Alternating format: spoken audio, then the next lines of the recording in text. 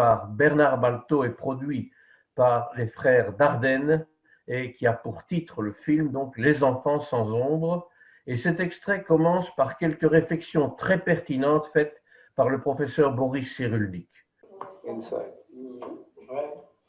Il n'a pas été dans le dit pendant 50 ans, 60 ans même, et maintenant il est dans le paradis. C'est-à-dire qu'il ne peut le dire que parce que un journaliste lui donne la parole, que parce qu'il va le faire par le détour du film.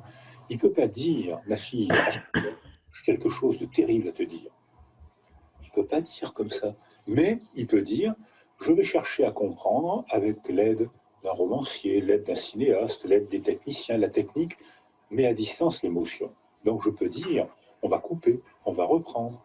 Donc je maîtrise l'émotion. Donc là, je peux dire, et mes enfants vont entendre ce que je ne peux pas leur dire en face à face, mes enfants vont l'entendre par le paradis.